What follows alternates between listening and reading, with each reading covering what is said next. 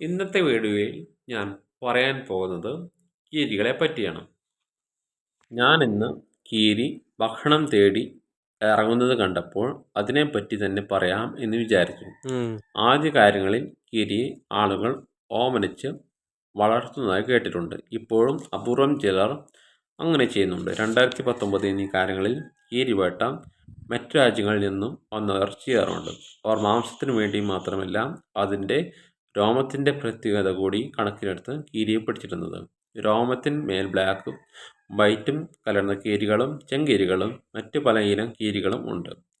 കീരികൾ അധികവും ഒറ്റയ്ക്ക് നടക്കാൻ ഇഷ്ടപ്പെടുന്നവരാണ്. ചില സീസണുകളിൽ, അതായത് ഇണചേരൽ കാലത്താണ് കൂട്ടമായി നടക്കുന്നത്. ഓഗസ്റ്റ് മുതൽ മാർച്ച് വരെയാണ് പ്രത്യുൽപാദന കാലം. 60 മുതൽ 65 ദിവസം വരെയാണ് ഇവയുടെ ഗർഭകാലം. 2 മുതൽ 4 വരെ കുഞ്ഞുങ്ങളെ പ്രസവിക്കുന്നു.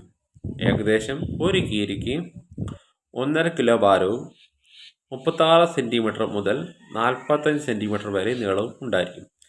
ആശയവിനിമയത്തിനായി പലതരം ശബ്ദങ്ങൾ ഇവ പുറപ്പെടുവിക്കുന്നു. കീരി ഒരു മിശ്രഭോജിയാണ്. ഇഷ്ടപ്പെട്ട ഭക്ഷണം മാംസാഹാരം തന്നെ. കോഴി, തേൾ, ഞണ്ട്, പക്ഷി, പഴുതാര, പെരുച്ചാഴി, മുട്ടകൾ, പലതരത്തിലുള്ള മൃഗങ്ങൾ, പഴങ്ങൾ, കായകൾ മുതലായ ഒട്ടുമിക്ക ഭക്ഷ്യപദാർത്ഥങ്ങളും കീരിയുടെ ഭക്ഷണമാണ്. കീരിയുടെ പ്രധാന ഭക്ഷണം പാമ്പ് തന്നെ. പക്ഷേ പഴമക്കാർ പറയുന്നത് പോലെ കീരിയും പാമ്പും അത്ര ശത്രുക്കളൊന്നുമല്ല. എങ്കിലും അവരവരുടെ ഭക്ഷണത്തിൻ്റെ ഭാഗമായി ഇരുവരും ഏറ്റുമുട്ടുന്നു. അതിൽ കീരിയുടെ ശരീരത്തിന് ഈവഴക്കം ഉള്ളതുകൊണ്ട് പാമ്പിന് അതിനെ പെട്ടെന്ന് പിടിക്കാൻ പറ്റില്ല. അതായത് കീരിയുടെ തൊലി തെന്നി നീങ്ങുന്ന തൊലിയാണ്. ഷാർപ്പ് പല്ലുമാണ് പഴമക്കാർ പറയാറുണ്ട്. കീരിയുടെ പല്ലിനെ പറ്റിയുള്ള പാട്ടുകൾ. പാമ്പാണെങ്കിൽ നീളമുള്ളതാണ്. പാമ്പുകളുടെ തലയാണ് ആദ്യം കീരി കടിച്ചെടുക്കുന്നത്.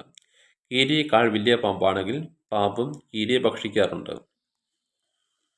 വീഡിയോയിൽ കീരിയെ പറ്റി ഇത്ര മാത്രമേ പറയാനുള്ളൂ.